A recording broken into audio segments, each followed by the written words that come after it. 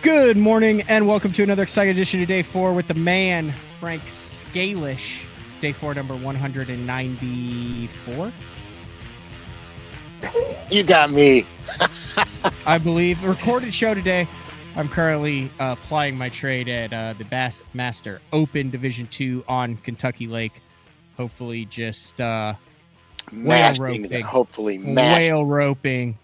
Gigantic smallmouth over the side of the boat. But we're back. We got a recorded show. We got a really good show.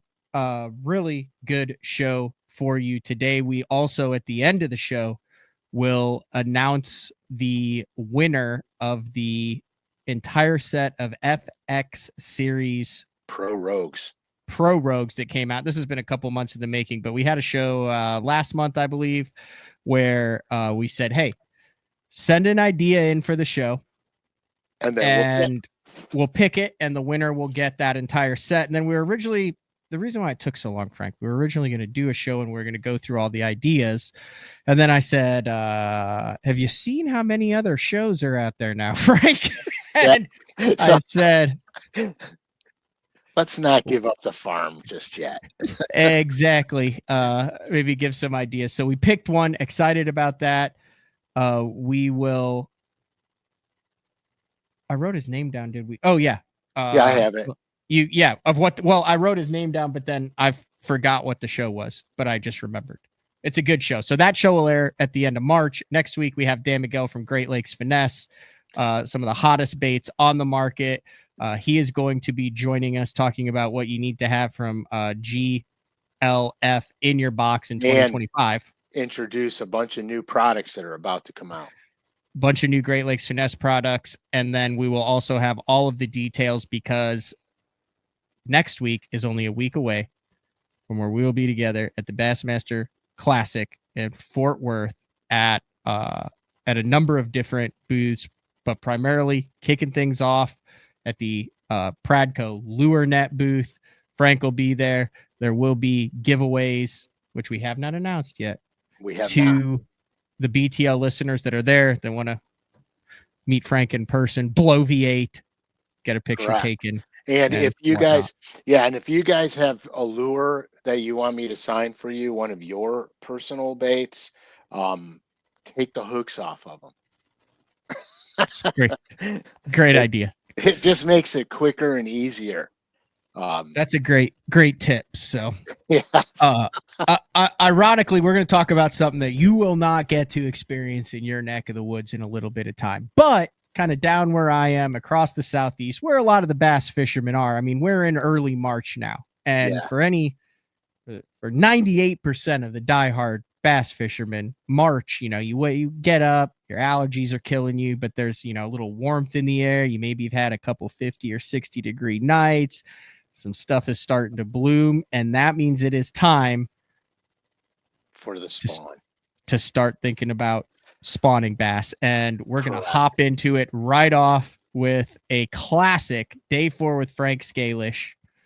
What did we end up titling this? We actually did some research, because we started with a number of different titles. What did we settle on, Frank? I think we said when time is critical and you don't have a lot of time, and it's the onset of the spawning season, here's the fastest way to get success. And basically what we're going to do is we're going to show you and talk to you about how to find the best places where you could pick up several fish here and there throughout the day, insanely predictable, and have a great day with very limited time, to spend pre-fishing and looking and everything else. Because there's nothing worse than going out. You get one day on the water. I do this in Oklahoma all the time. I've got one day, they're on the beds, and you're 4 hours later and you've seen one buck, and as soon as you cast in there, the thing swims off like it's terrified. Correct.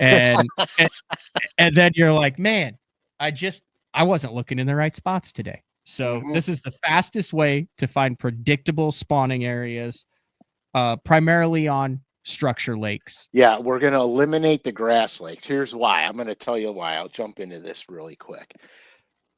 Grass lakes, especially natural grass lakes, you can literally find dozens of spawning smallmouth and largemouth on a single flat.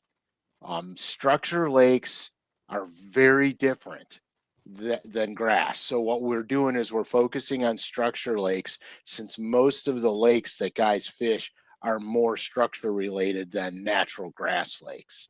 So we're going to focus on structure lakes. And here I'm going to just tell you the rundown. We're going to find spawning fish fast. I'm going to show you exact places to look for them. So when you don't have a lot of time, you could literally go boom, boom, boom, boom, boom. And by the time your day is over, you're going to have success. You're going to find what you need to find, and you're going to see what you need to see. Mm-hmm. That's how we're going to do today's show. I love it, because we all know that the best tasting fish is a spawning largemouth. Yes, sure. Whatever you say, Matt. Just remember, Matt said that. That is, in today's world, that was a joke. That's a 100% You're joke. right. Practice, Qualify catch, that. and release here. All right, Yeah. dive into it, Frank. Okay, so the first thing we're gonna do here, you know what? Let's pull the map up, and I'll go right onto the map. Okay. We Okay. picked a random lake. We picked Watts Bar. Yeah. We did it before the show. We looked at a couple different lakes. This is not this is just a random lake that you can apply to your fishery at home. Right. So here's what I did. I I picked a lake that I know is not traditionally a grass lake. And then I went to the deep dive app, and I pulled Watts Bar up, and I hit water clarity. And so as you can see by the map, um, it's showing us, oops, I did that again. I'm getting better at this. As you can see by the map, it's showing us the water clarity throughout the system. And you can see it's dirty where the white lines are, okay? And as we scroll through the map, all of a sudden I look in this area, and this is important because I'm doing this right away. So I look in this area, and the first thing that I noticed was this is clear. That's giving us the clearest water in the system that we can see. So now what I did was I said, okay, so we're going to look at the area. So I zoomed in on the area, and lo and behold, what I found was I found all these little tiny pockets, all these little pockets in here. And here's the reason. I'm choosing smaller pockets because they're manageable and they're easy. And here's what you have to remember. Structure lakes, you're going to find spawners. When they're spawning, you're going to find them, but they're not going to be in giant groups like they are on grass lakes. So we're looking for small areas we could cover in seconds. We could bounce from pocket to pocket to pocket. So now here's the other thing that I did, because this is why I like this app. So here's what I did. So we're going to go fishing. So now what I have to do is I have to figure out where my wind direction is, because you know that if you're sight fishing, waves and ripples on the water are going to make it almost impossible to see the fish. So I go to the wind part of it, and if you see where it's showing all the wind in these pockets, especially, all the wind is blowing off the shore, off the main shoreline like this. So that means all these pockets that we're going to look at today, they're going to all be flat. They're not going to have waves rolling in on them. We're going to be able to see in the water. So that was the beauty part about this. Looking at this, it gave me the ability to narrow it down literally in seconds. And with wind, watercolor, and here we are. So now I'm going to go to another thing. I'm going to go to stream flow, because what I want to see is it's going to give me a satellite imagery, and it's going to show me active streams. So because we know this area is clear, these streams aren't pumping a lot of runoff in. All right. And so now what we're doing is I was going to pull up a topo map, but this satellite image here is really good. So I'm going to use it for a second. Okay. And so here's what we look for when we go into these pockets. I'm going to just go to this one because it's small enough. Yep. And it has a number of different things there. It's got a stream with some inflow. It's got some dye. It's got everything you need. Everything. Right, so here's what I'm doing. Okay. So the first thing I do is I approach this is I'm going to have to get my pen out again, I think. So as I approach this, here's some key spawning locations. All right. You're going to find a couple in here. Now, understand this.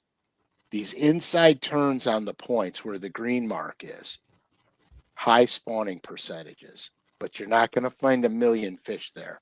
You're only going to find a few. If you notice, there's some on the pocket right next to it. Right in here will be another good area where they spawn. Same thing over here. This dock is money right here. That's a money dock right there. Okay, so what we just did right there is I could potentially hit those 3 spots and probably pick up anywhere from 3 to 5 spawners right there. Mm-hmm. And that's just 3 bumps of the boat. Okay. Mm-hmm. So if we were to go back into this pocket, since it's a little bit longer, if we were to go back into this pocket, the reality of it is that you're going to find a spawning bass on the corner of most of these boat docks, and here you have an old gravel boat ramp that comes in the water. That's going to hold one. So the obvious spots are going to be up by all the corners of the boat docks, and they're going to hold on the poles. It's going to be your determination based on the topography of the land. Are they going to be on the poles closest to the bank, or are they going to be on the second dock pole out, or are they going to be at the end of the dock? So the flatter the dock, the chances are, like if we were to go to this one here, because it's such a flat dock, chances are that they're going to be spawning on the outside edge of this dock, where the deeper docks coming inside, they're probably going to be spawning on the inside edges of them. Mm-hmm. And so this is how you could break it down really rapidly. And it's the best thing you could do, because when you don't have a lot of time, wasting time is a problem. And so you see that was one pocket, and we gave ourselves, there's probably 15 chances in there to come up with sight fish in just that pocket. And now you fish the back, you fished man-made vertical hard cover, you fished points out more towards the front, and then where you start seeing them, then you're just going to build your pattern around that. Correct. And so and 100%. So basically what we're going to do is we're going to do that in all of them. So this one's a short, tiny pocket, the one I zoomed in on, which is great because you could cover this one in a second. You're going to hit, obviously, the 2 green areas that I showed you, and then back in here.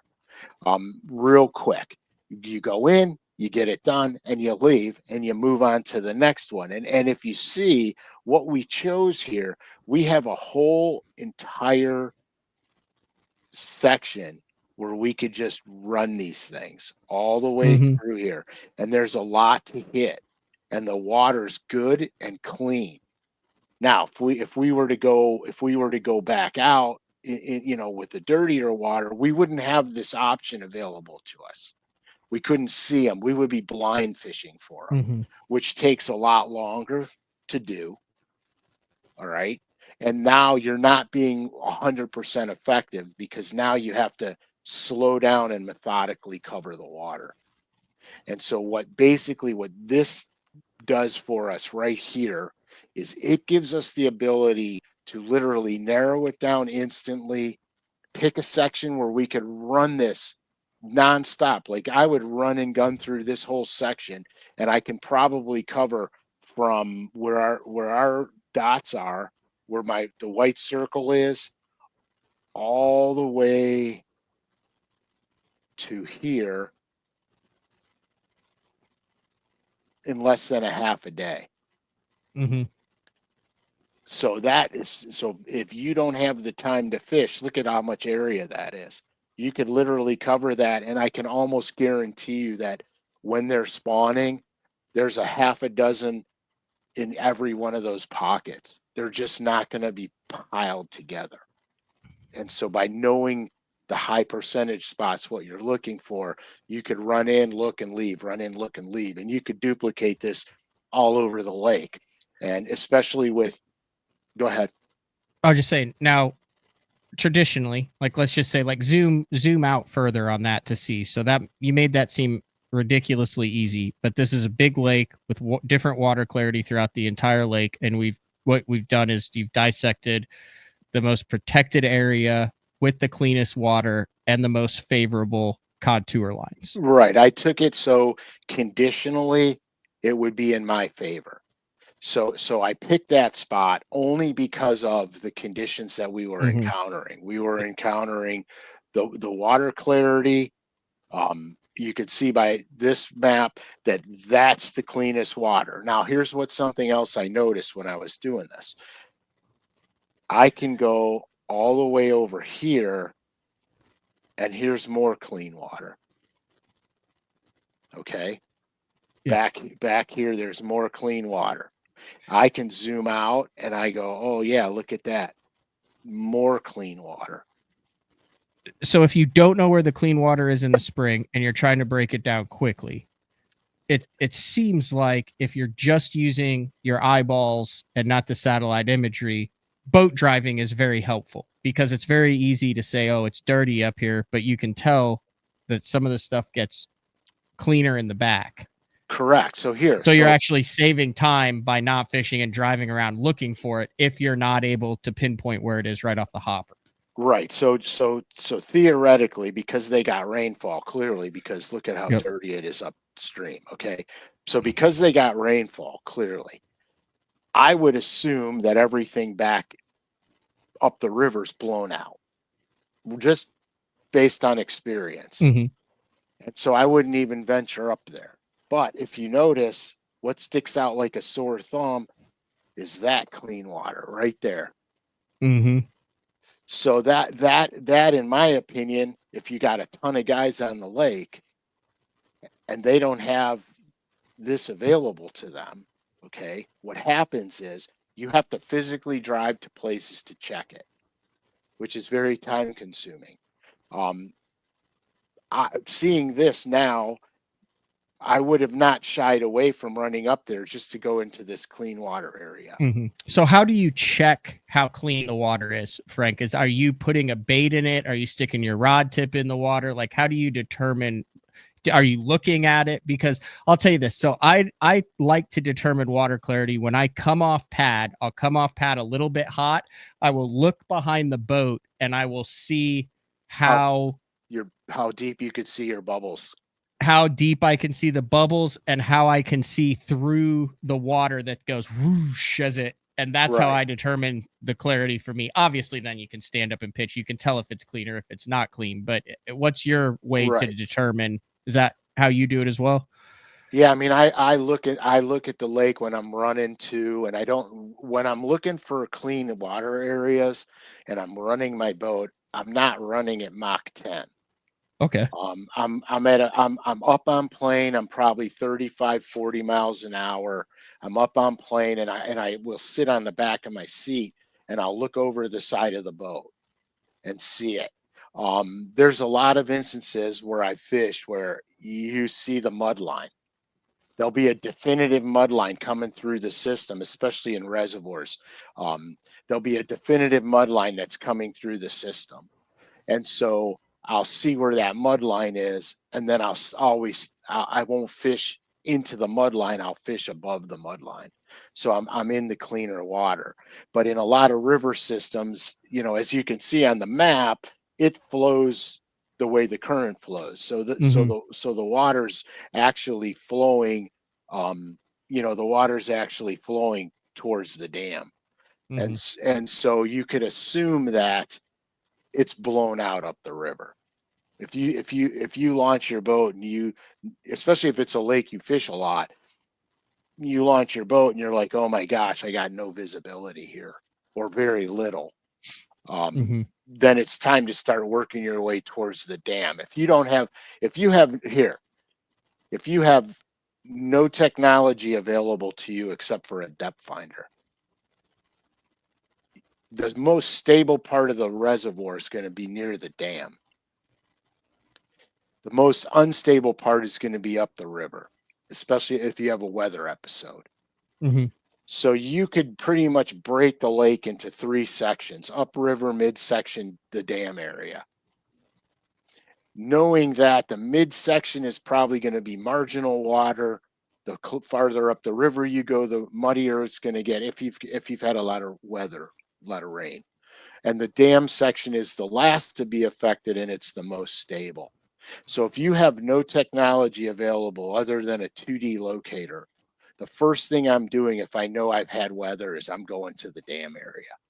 And that's where I'm going to start looking. Now, keep this in mind too. Depending on the depth of the reservoir, the area by the dam is usually the last to go off for spring spawning. Your midsection will be the next phase, and then up the river's the first phase because it's the Mm-hmm. shallowest. It warms the first, but that's also the most susceptible to weather. So, in theory, if you zoom out that little clear area that's the furthest upriver, right there where your squiggly line with the arrow goes over it, those Correct. fish are going to spawn sooner in that pocket Yes. than they will down where you just dissected. Correct. They'll spawn here sooner. Mm-hmm. So chances are if you're seeing spawners over here where we started our search, if you're seeing spawners in this area, there'll be a lot more in this area because it's at the shallower end of the reservoir. Or if you feel like the spawning episode, as you like to call it, a spawning episode is Correct. going on and you're not seeing them in the clear water down further south, that might be a key for you to say, Correct. hey, we're going to move further up warmer water. 100%. And so, right. And so it's Yeah. not, so this, it's all this show today is to just teach you how to eliminate water without going there as fast as you can. Yeah. Now, are you a big sun guy? Which direction the sun rises in the east and sets on the west, and that predicates which bank you're going to start first based on how many hours of sunlight it gets and warms. What the sunlight to me is, I want the sun so it doesn't affect my vision in the water. So I approach my places with sun glare in mind. Once the bass are spawning, they're spawning. Once they get up there to do their thing, they're going to do their thing no matter where the sun is in the sky. So you don't think it makes a difference like, oh, I'm going to look on east facing banks first because they're more likely to spawn there, or west facing banks or whatever? Well, the west facing, the sun rises in the east. In the east, yeah. So it's going to get all your early morning sun. Mm-hmm. We know that banks that are protected from the north wind also get spawning areas they get spawning behavior first. It's protected from the cold north winds. But for the most part, if a pocket or a section of the lake is going to go off, it's going to go off. I just don't want the sun affecting my vision into the water if I want to sight fish. If I'm going to blind cast for them, I don't care where the sun is at, because we already know from going back to our first spots that we picked out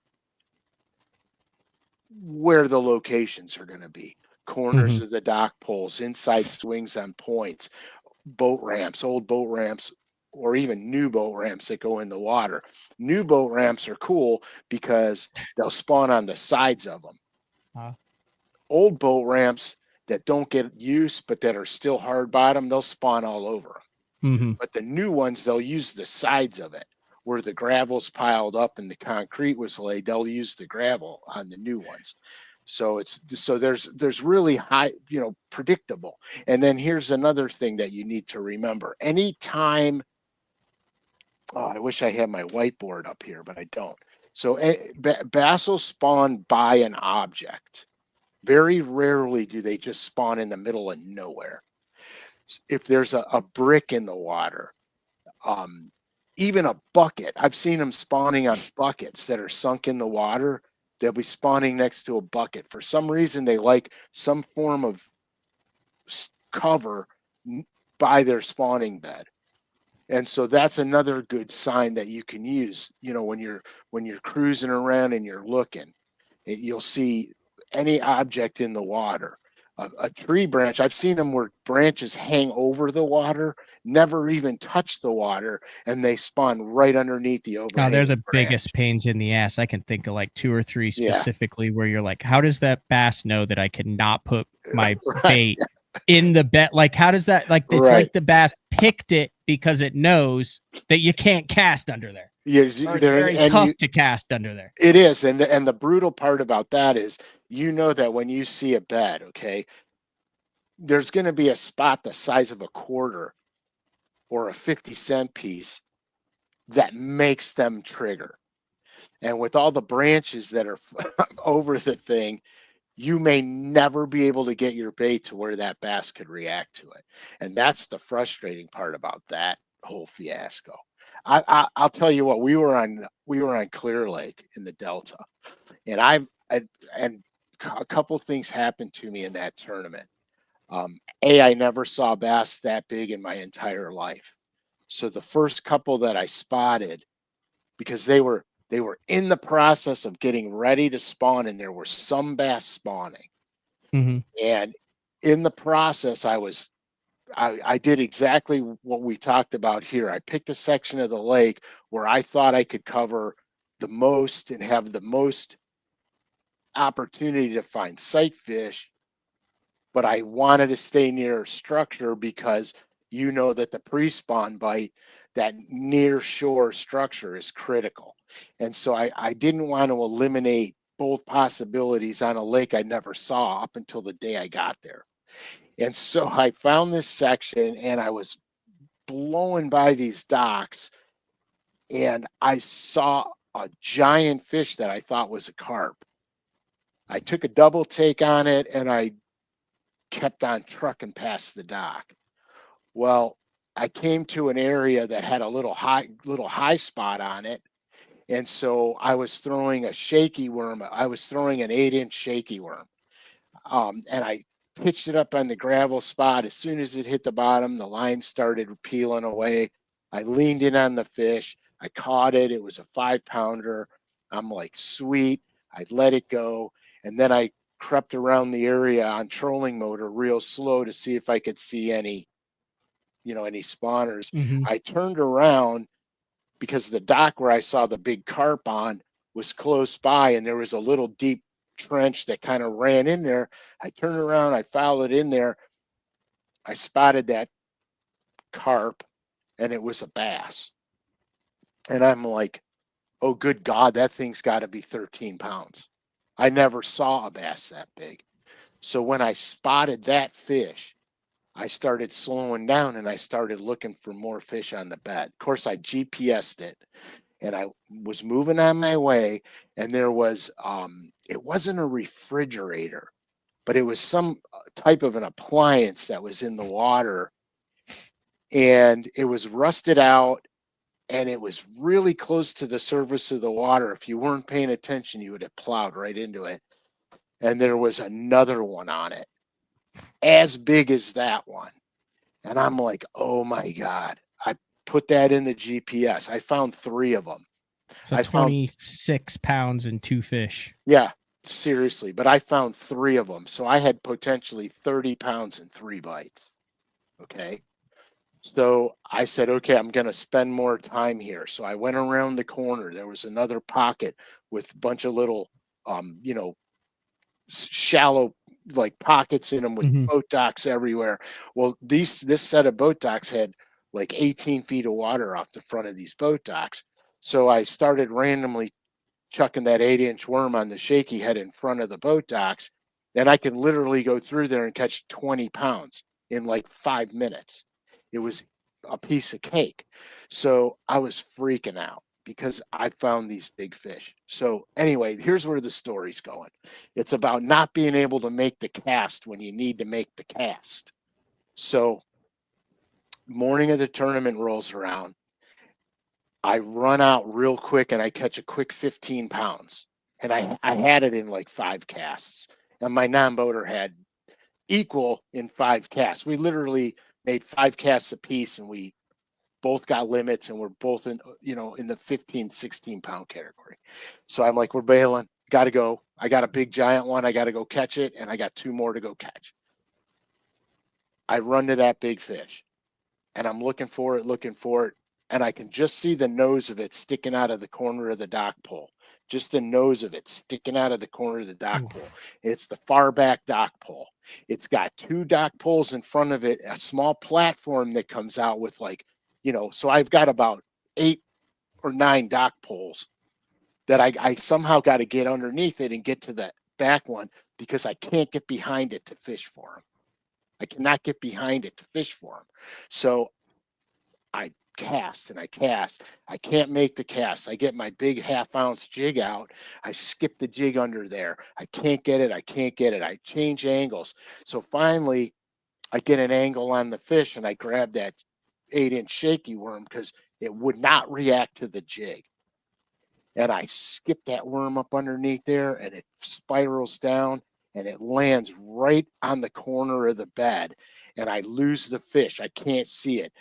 That thing comes out and noses that bait. And I can only see about that much of his face. He noses in on the bait. My line tightens up and I lean on him. I got it. It goes underneath the dock, all through all the dock poles. I have 8-pound test line on. I'm not landing it. Well, I just hold it there. I don't try to see some. I hold it there. My non-boater was a local and he's freaking the hell out. He's like, that's the biggest bass I've ever seen. And so it swims out around one of the dock poles. It swims out around the other dock pole. It swims out around all the dock poles, and I'm locked on them in open water, fighting them in the wide open water. I'm like, I got him. I got her. She's not going anywhere. This fish is mine. And I get it close to the boat and my heart starts pounding because it's literally like I have a carp on. And so sure than crap, it starts taking off and I'm back reeling it. It's taking drag. I don't know how bad my line is because it was around all these dock poles. Right. It goes right back under the damn dock and goes right back to her bed. And I'm doing the same thing. I'm pulling, she's pulling, I'm pulling, bink, break her off. Yes. And that was the end of it. So I go, I got 2 more like this. We got to go get. And I'm shaking because I've never seen bass this big. My non-boater goes, Frankie, I live here. That fish was 15 pounds if it was an ounce. And I said, I couldn't tell you how big it was after 8 pounds, bro, because I ain't never seen one like that. I go to my next fish and Kevin Worth is on it. I'm like, oh my God, Worth found that fish. So I slide up to Kevin. I go, did you catch her? He goes, which one? And I go, you got the other one? He goes, I got the other one. I go, how big was it? He goes, 11 pounds. I'm like, oh my God. I go, how about the one you're working on? He goes, I had her on once. I broke her off. She went back. I can't get her to eat yet, but it's over. It's bigger than that other one. And I'm like, now you're 0 for 3. Yeah. And he came in with 27 that day. Yeah. Yeah. He caught 11. He caught that one. And I was like, you got to be kidding me, bro. And he goes, no, man. And so here I come in with 20 pounds and dude, 20 pounds. And I didn't even sniff money. Like I was okay. I'm like, oh, 20 pounds. I'll be I'll be in the mix. And guys are grabbing like 5 bags. And I'm like, why is everybody grabbing 5 bags? And they're like, because every fish over, I think it was 10 pounds, you had to have a bag for. No, every fish over 6, I think in California, they What, weigh in yeah, a separate bag. whatever it was, you had to have a separate bag for it. And I'm like, what the hell? And then I go to the, the dink board, and I don't have a dink, dude. I got 20 pounds. And the guy goes, if you don't have at least 35 pounds, you're not going to get 2 seconds on stage. I go, you got to be kidding me. He goes, no. I said, oh my God. Yeah, I'm looking at it. You had 2 good days. Yeah, I'm like, what lake was I on, man? I wasn't even on the same planet as these guys. So you're one, you had it hooked to be on the same planet. Oh yeah, 100%. But I wasn't even on the same planet. I was just, and here I never saw that lake a day in my life except for the 2.5 practice days.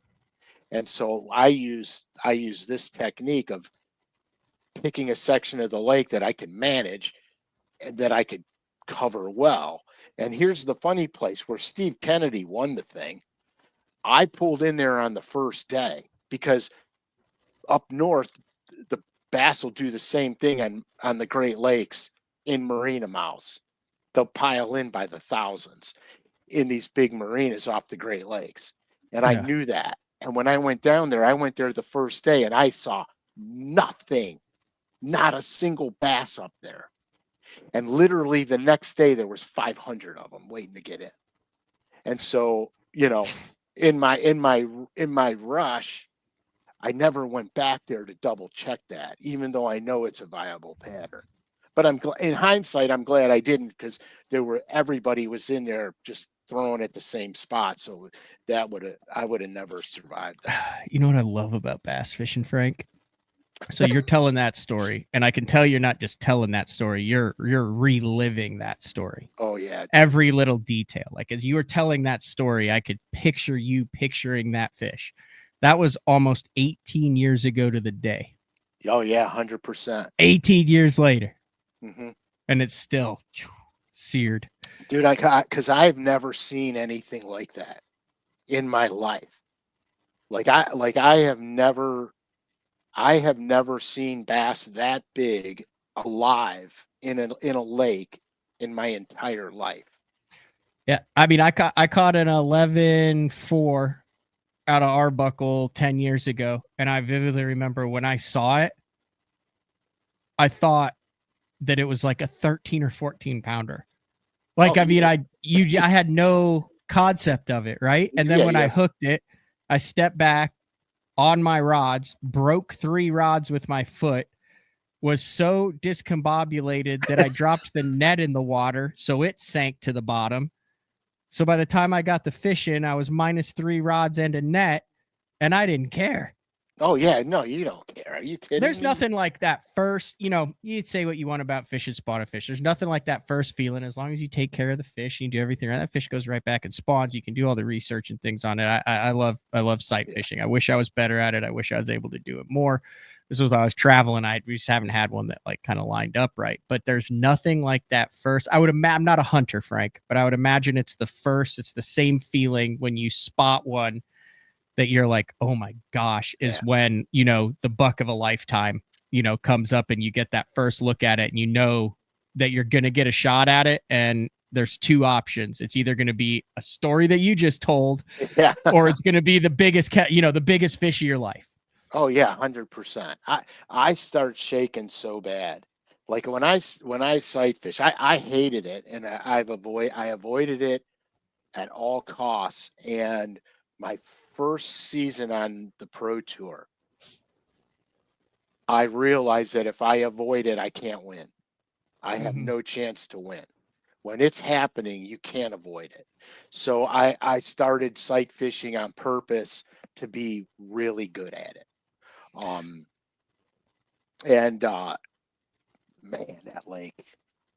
You said, I wrote down some keywords here. And I think, we opened the show with the fastest way to find spawners. We use Watts Bar as an example. You can do the same thing. We were able to look at it from satellite imagery from wind, from all that, to really break it down and say, hey, these are some high percentage areas. But there are some key words. And I think regardless of whether you're on 1,000-acre fishery or a fishery like Watts Bar or whatever, as long as, primarily non-grass, like you said, a structure lake. Grass lakes will behave slightly different. So the keys to me are, well, we didn't even talk about water temp. That's a whole different show.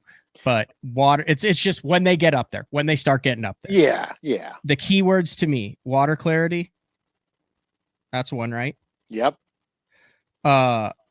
Wind and protection from the wind, consistent protection from the wind. Inflow. Correct. Like, is that going to get dirty? Is it going to be stable? Like, what type of water is coming into that? Because those fish don't want to get blown out, and then you can't find them even if they are. Research.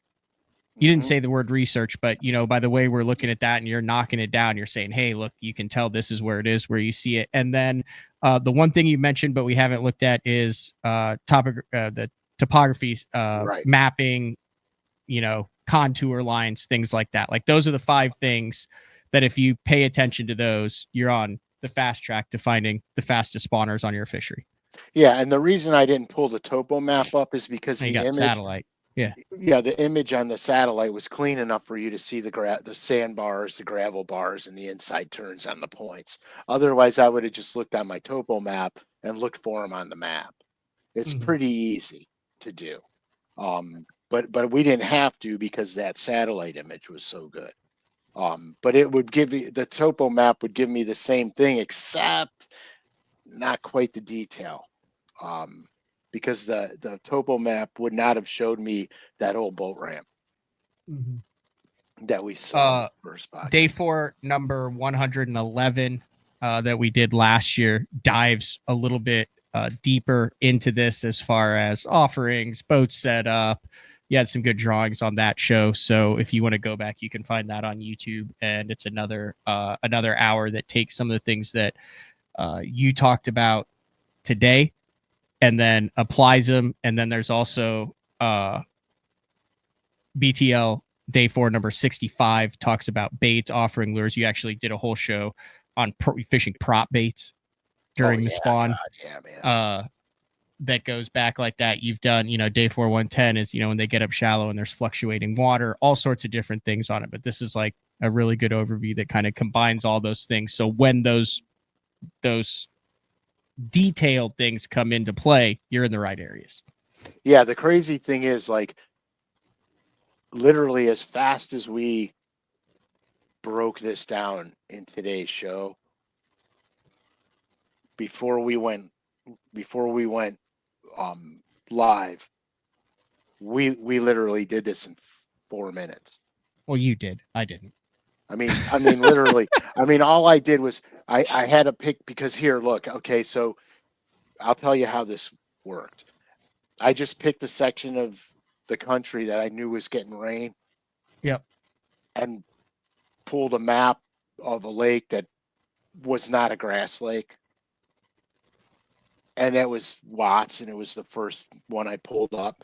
And the mud flow on it was great. And the pockets of clear water were perfect. So I said, we'll use this map. So you could do it to any lake, anywhere. And if you don't have, an up-to-date satellite image like the Deep Dive app, for example, you could just literally say, we're going to stay closer to the dam, if you know it. And that's why I talked about this 3 sections of the lake. And you could use your boat to go physically look. And our boats are quick enough now where you could cover an awful lot of water if you're not wasting time. So, I mean, there's a million ways to do it, but I just thought it would be really interesting if you're limited on time, to really show you guys how to really cut through the crap as fast as you can. And you'll find that it's very effective. It's like stupidly effective. I love it. That was good stuff. You know what I ran across randomly while I was looking for other spawning shows to show people? BTL Bass Talk Live Day 4 with Frank Scalish, number 1. What? Yeah. Holy crap! What the hell did we talk about on the first show? I don't even remember. We'll Number find one. out here. 1 second. It had to be something smallmouth related because we probably came in close to one of Alabama rigs. Oh yeah, the mighty A rig. Perfect.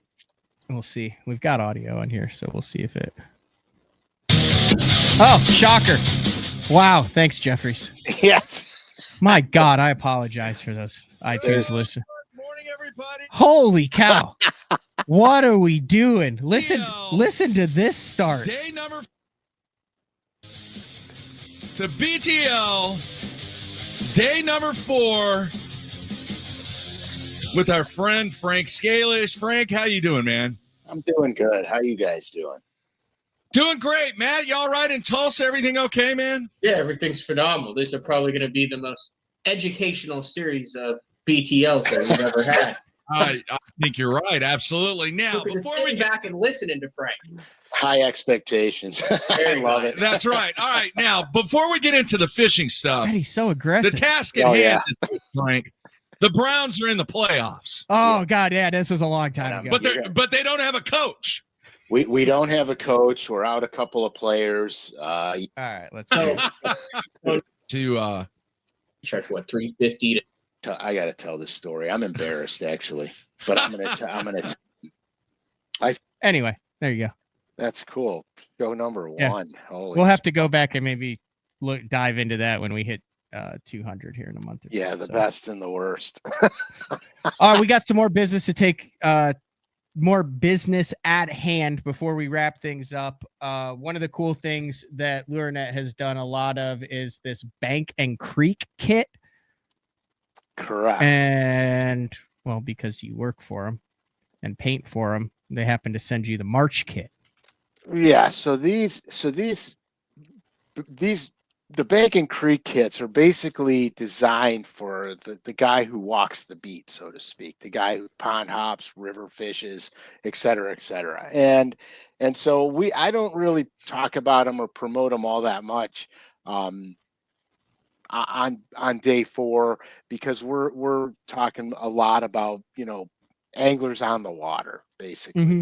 But they sent me this thing. So I'm like, well, let me look at it.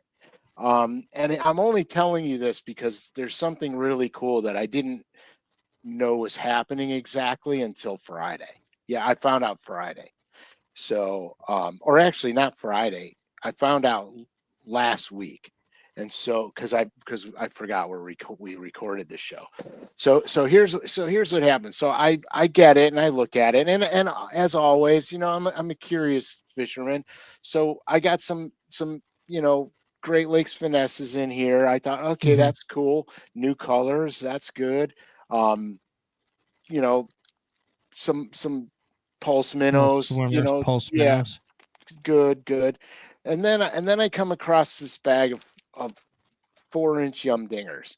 Mm-hmm. So I'm like, okay, yeah, I get it, man. You're obsessed with those things for like a whole 6-month period of shows. Remember we did like 9 dinger shows on the different glimmers and shadows and shapes and laminates. Right. It was stupid. So I get this thing and I don't pay much of attention to it. I'm like, okay, yeah, 4-inch dingers, cool. Pond guy, wacky rig, split shot rig. Yeah, you're in. You're going to catch 1 million of them, right? So I look at this thing and I go, I never heard of that color before. They call it natural bass. What the hell's natural bass? So I'm looking at them and it's a cool color. I had to put my glasses on because I can't read the microscopic crap there. Natural bass. Of course, I could have done that and read it. So now I could see I could do that. Mm-hmm. So anyhow, the long and short of it is it was a cool color and it's a special color just for that bag. Cool. So that's only available in the Bank and Creek kits. Yeah, but bear with me. With me. I'm bearing. So it's available in the Bank and Creek bag. Okay. So I'm like, okay, cool. What else we got? I go in here and I'm like, what the hell is this color? Never heard of it before. It's called Midnight Orchid. Okay. So I'm like, oh, yeah, that's cool. Let me check it out. So I'm looking at it. Obviously, I didn't open the bag. I just looked at it through the bag. So this is so crazy. So I go, that's really kind of a cool color. And so I'm looking at it. I'm It's like going, a it's like a grape yeah, it's like a blue. black grape with a dirty Yeah. blue glimmer belly. No, that's a really cool color. Yeah, I'm like, wait a second. That's a that's a color. That's a color that I want. Okay, so so I'm in here and I'm going, okay, so we got natural bass and we got this orchid color. So I call right away. I'm like, hey, I want them colors. Do we have those colors? Well, yeah, they're in the Bank and Creek bag, in the bait school bag. I go, yeah, but can I get the colors? And they go, yeah, you can get them. I go, what are you talking about? I thought it was just for the bag. Well, no. If you go on lurenet.com and you go into the Bank and Creek, they sell them separately. So if you like if you don't want the centipede or the little bitty buzzbait or whatever, but you want 5 packs of the black orchid, right, 100%. So that's a little hack. That's pretty cool. I didn't even know it. But I mean, they got like all the little pond magic spinner baits, and they got drop shot weights, bullet weights, hooks, eagle claw laser sharp. You got the like the way, like when we're recording this, Frank, like I don't have access to your March Bank and Creek kit. I'm still looking at the February one, but they do have a dinger on there, an Amber Night. Yeah, I haven't seen that one. Then of course, you get a little sticker. Yeah, very cool. That's a kind of a cool logo, actually. Yeah. And there's a GLF sticker which you won't be able to read because it's a window sticker, and you got to take it out to read it. But you know what I'm saying. But listen. The only reason I'm diving in this thing, to be honest with you, Bank and Creek, is because I didn't know you could get this. I didn't know you could get your hands on the. I didn't know you could get your hands on the colors. Very nice. Here's this Amber Night. No, be able to probably buy it by the time. Oh shit, that looks a lot like dirt purple. Yeah, it's pretty cool. Oh yeah, that's not bad. It's good looking dinger, Frank. Yeah, that's not bad. That's natural, man.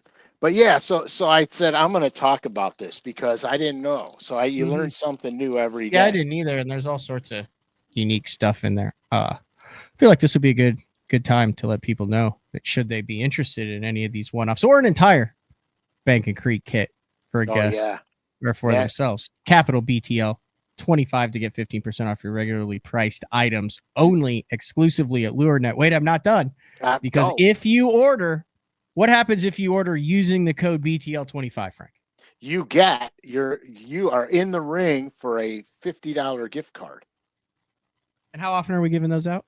Every 2 weeks. And how does that work?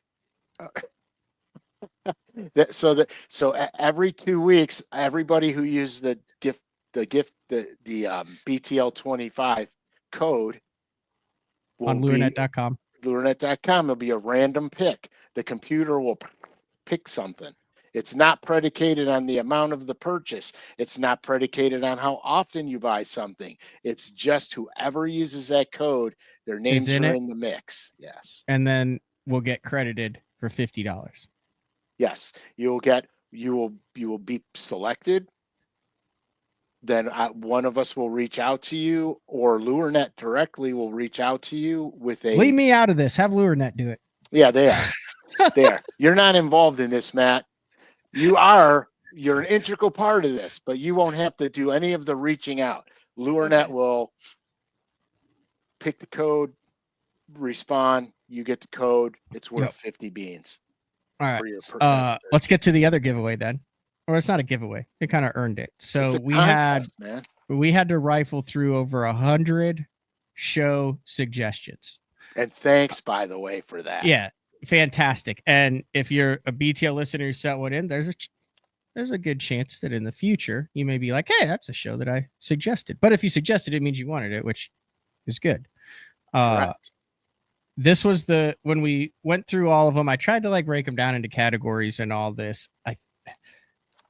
You did. If there was a duplicate of it, this was the first one that we saw that was with it when we went, oh yeah, that's a great show. So that's how we're going with the winner. Correct. That is correct. A complete set while I'm over here on LureNet. Those things are available, right? Yeah, the Pro Rogue. Yeah. In the FX colors.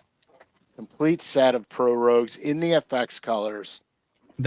So all of them. The whole set. Blue Violet, the Northern Light, the Oil Blue, Oil Green, Violet Cream, and Violet Chartreuse.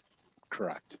To the doorstep of winner. Do you want to say his name or do you want me to? I can do it. Matthew Brozick is the winner of the entire set of XX series. The entire set.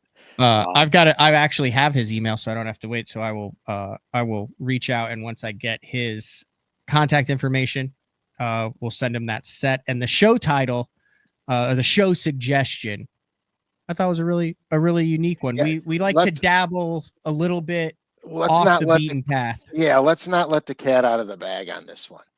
Okay. Okay, cool. Yeah, because we've got Dan Miguel next week, Great Lakes Finesse, new stuff coming out. Then the following week, we're at the Bassmaster Classic. Then this show, which is a great time of the year for the topic that we're talking about, will air on March 27th. Yes. And it'll be this is going to be cool. It was a good show idea. I liked it because it was, I don't want to say I was out of the ordinary, but it was a show that I actually never thought about doing. And so neither did I. I think that's why it was so cool. Yeah. So Matthew, you're the winner, bud. As soon as you email me, Matthew, he doesn't have to email. I email him to get his contact info because I got his email because he emailed in. They could either do it through the YouTube comments or through an email at matt@basson.com. Perfect. So you get his address. I've already got him boxed up and ready to roll. Mm-hmm. I think we're dialed in on the new tech, Frank. Between the satellites and Contour Masters stuff, like we've been doing this 4 years now, obviously, because that's when day 4, number 1 came out. Number 1 came out. Prior to the recording of this show, most frustrated I've been, tech-wise, just getting like not on how to use the tech, but on how to like get the screen up that you wanted to put on the show, and then how to change screens in between. You know, I timed it because we filmed an hour late. Do you know how long we did that for? I have no idea. 1 hour and 3 minutes before we got it dialed in on like the StreamYard with the screen mirroring and all that. Oh yeah. Well, here's the crazy. It was badass. I loved it. It was worth every second because we actually found some new stuff. Right, but here's the crazy thing. So there's something that we're working on that we practiced it and we did it like that. It happened like that, where we could literally go back and forth, pulling the topo map. I have no idea how we did that before. I'll have to.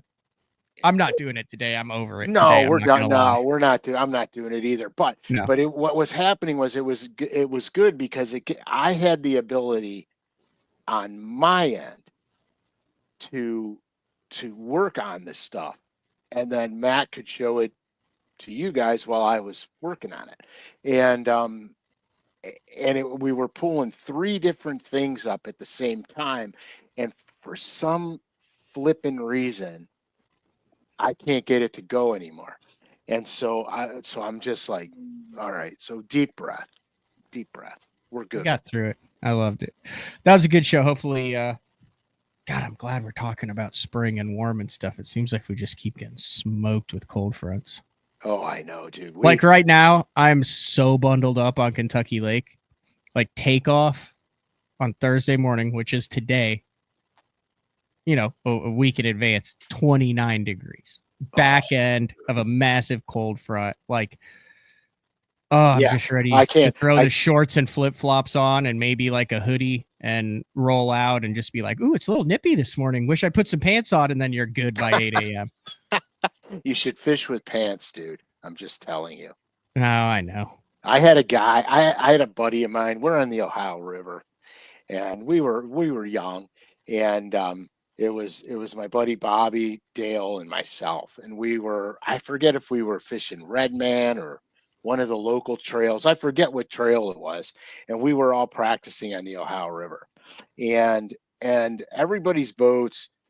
We had pretty fast boats, and so there were times when you get kind of, I don't know, not bored. You're never bored fishing, but we were young, and so we would just decide that we were all going to go right next to each other and run 75 miles an hour each, be next to each other, and thumbs up. You could almost touch the guy next to you. Yeah, dude, rock on, right? So anyhow, so I'm fishing, and I come ripping around this corner, and on the river, you could cut the corners to shave the times off your run, because the shortest distance between 2 points is a straight line, blah, blah, blah. So I'm cutting this corner, and I see this dude in a gambler bass boat fishing in his underwear. I'm like, what? What is going on here? What is going on? And I know it's my buddy. Okay, I know 100,000% it's my buddy, because I recognize the boat. So I keep on trucking. I'm laughing my brains out, because literally that's all he had on. And so I'm laughing, and I'm fishing, and I hook up with my other buddy Dale up the river a little bit. I go, dude, I just seen Bobby. He's like naked fishing out of his boat. He goes, yeah, he does that. He goes, when it gets warm out, he'll do that. I go, oh my God. It's like, holy crap. When you're young, you do stupid stuff. All right. Well, on that note. Yeah, what a great topic to end the show on. Hey, all we're doing is just talking. That's all we're doing. We're just talking, man. You were teaching today. It was a big teaching day today. True.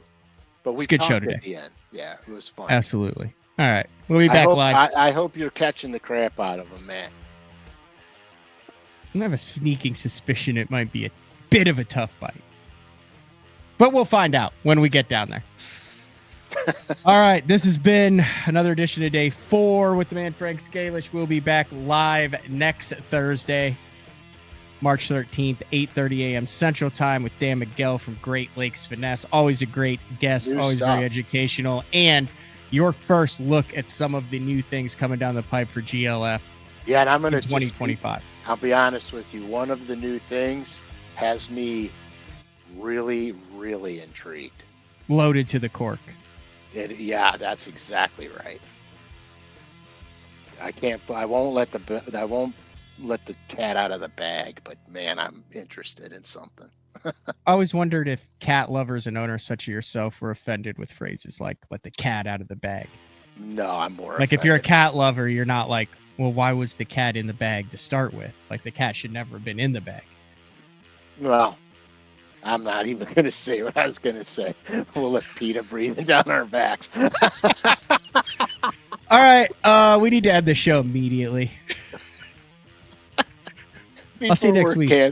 I'll see you next week, Frank.